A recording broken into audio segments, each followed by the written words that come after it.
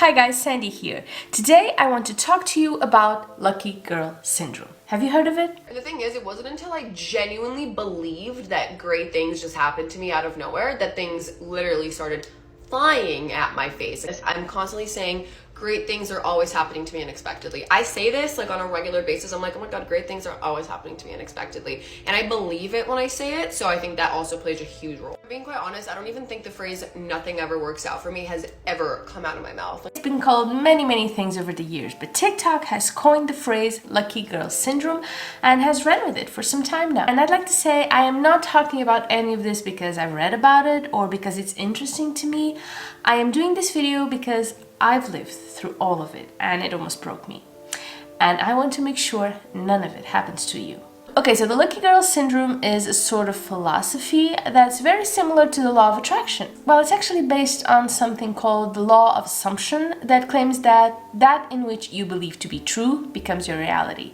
So the idea here is if you act and feel like you already have what you want, you'll get it. If you believe you're lucky, then luck comes your way. You know, it's all about the power of thoughts and beliefs and how to use them to set, I guess the odds in your favor. Now, I will not get into all the rituals and all the stuff you're supposed to do, to make that happen, all the mantras and the lists and the vision boards and the diaries and whatnot. I do not know how these people find the time to do all of this. Try this as an affirmation and watch your entire life change. I am powerful and in control of my reality. I attract all that is good in this universe. I find myself in a state of perpetual happiness. Not to mention all the money that has been spent and earned in the academies and the courses and all of that. And it wasn't really like that for me at all, I didn't even know I was essentially part of this lucky girl syndrome until after I realized how toxic it was. Because here's the thing, this is something that has been believed in since the beginning of times, even the Stoics had their own version of it. And to be honest, I have absolutely no idea what they are targeting women, well, girls actually, because I know there are a lot of men who have similar beliefs. And there's actually nothing wrong with those beliefs. The problem here is when you stop using those principles as a tool to benefit you and you adopt it as your identity or as an almost fundamentalist religion or belief in how the universe works. So trust me when I say this, try being delusional for a month and tell me if your life doesn't change. This kind of positive thinking can easily turn into toxicity, depending on how you incorporate it into your life. Also, you just need to account for, well, life, really, and the lessons it has to teach us to allow us to grow. And I guess you could say that is exactly what happened to me. All my life, I believed I was lucky because lucky things kept happening to me. To all my family, really. We are all just really lucky. There's no other way to put it. We just had good things happen to us a lot. Loads of discounts and stuff like that. Just the other day on my birthday, my dad and I went to an electronics shop because he wanted to buy me a new camera for my birthday. This camera, really cute, right? When we got there, everything was just far more expensive than we had anticipated because, well, everything is just more expensive these days. But then we were told it was a VAT discount day, which where I live means we got this camera 23% off. 23%. That's a crazy amount. So yeah, stuff like that just happens to us a lot, but most importantly, every time we're struggling or we have a problem, something always happens that just turns things around for us. So that's what I believed, that's what my life was like. Until it wasn't. Some of you may recall that back in August, I ended my relationship, moved back in with my mom, and my business pretty much imploded. And at that time, it felt like a bomb had gone off on my life and just wrecked everything. And it got worse. My old car broke down and I had to repair it, and then my dog got really sick. And this means that by October or something like that, I was living with my mom, jobless and absolutely broke. And I mean broke, broke to the point of needing my mom to buy me food, that kind of broke. Couldn't take care of myself, couldn't take care of my pets. I was a mess. And I couldn't for the life of me understand what had happened. Yes, I knew my relationship wasn't going well and then my business was struggling, but something would happen, right? Because something always happens that makes everything okay. But nothing happened. To this day, nothing happened. I lost everything and I struggled because all of a sudden it was like I didn't know who I was anymore. All my beliefs on how life worked, on how my life worked, just weren't true anymore. But the worst part, the absolute worst part was the guilt. Because in my mind, if things weren't improving, if my luck had run out, it was because I wasn't thinking positive enough. I wasn't focusing on the good things. I mean, in hindsight, how could I? When my boyfriend broke up with me, I lost my home, my business, all my money, my car broke down, and my dog got sick. I mean, give me a break. Except I didn't give myself a break. Throughout all of this, I just kept trying to shove positivity down my throat like a sour medicine. If only I could go back to that vibration. If only I could focus on the positive. I mean, when you believe that what you focus on, you attract, and then you have all these bad things happening, and the fear and the anxiety just take over, it gets pretty desperate. Because you believe you're attracting that stuff and you just can't stop. I'm feeling anxious just thinking about how it was back then. Essentially, I felt responsible for all that was happening, like I was doing it to myself. And that's just not how life works at all. And if you think about it, when you start using these laws this way, it's just another way of you thinking you're controlling something, that you're in control of something you have absolutely no control over. And when it doesn't work that way, you feel like crap and your self-esteem just takes a big hit.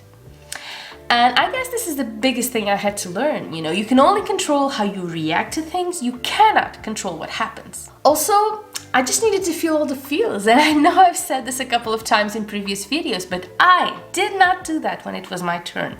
I didn't respect myself or love myself enough to stop. Just stop. Feel everything, all the fear, all the pain, all the sadness, all the loss. I did not allow myself to feel any of that because those are negative thoughts. And, negative feelings are a big no-no and you need to stay positive all the time. Bullshit. Bad things happen to good people all the time. All the time. And it says nothing, absolutely nothing about their value. It is what it is. Life happens. And yes, people who consider themselves, lucky are more confident and optimistic, and that can get you far in life. But it can also make you very entitled. Because if you're thinking all the right things and doing all the stuff they tell you to do, the wish lists and whatnot, then you really don't need to act on it, right? Wrong. To this day, I still believe that the universe has our back and that it can give us everything we need to be happy in this life. But I also believe that in order for that to happen, you need to be very much in touch with yourself, with your true self. And odds are your true self doesn't want the same things your ego does. But if you're busy trying to manifest things and riches and experiences you can show off on social media, odds are it just won't happen. In fact, now that I think of it, that is another very negative aspect of this whole lucky girl syndrome trend. The bragging, the showing off. I mean, these people keep telling their followers that anything can happen if they do this thing the right way, the way they tell you how to do it. And then, they just keep showing you all they've accomplished at your expense, forgetting that unfortunately in this world, not all of us have the same opportunities available to us. And trying to convince the world that we do, just leads to frustration, despair, depression, and a lot of very bad feelings. We are in this world to feel joy, not to own things and show them off on social media.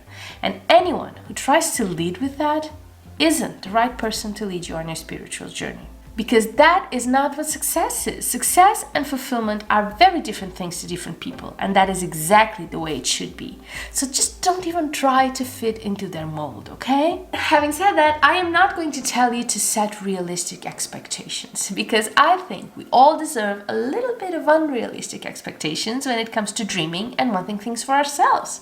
I definitely believe we should aim at objectives we can't quite imagine because they're just so far off our current radar, Dreams that are just a little bit scary, but just take it with a little bit of patience, okay? Don't expect for it all to come at once. Heck, you may even change what you want as time goes by, and that's a good thing. So fully expect your life to turn out great. Fully expect for you to find your success and fulfillment when the timing is right for it. And just know there is a journey to get there.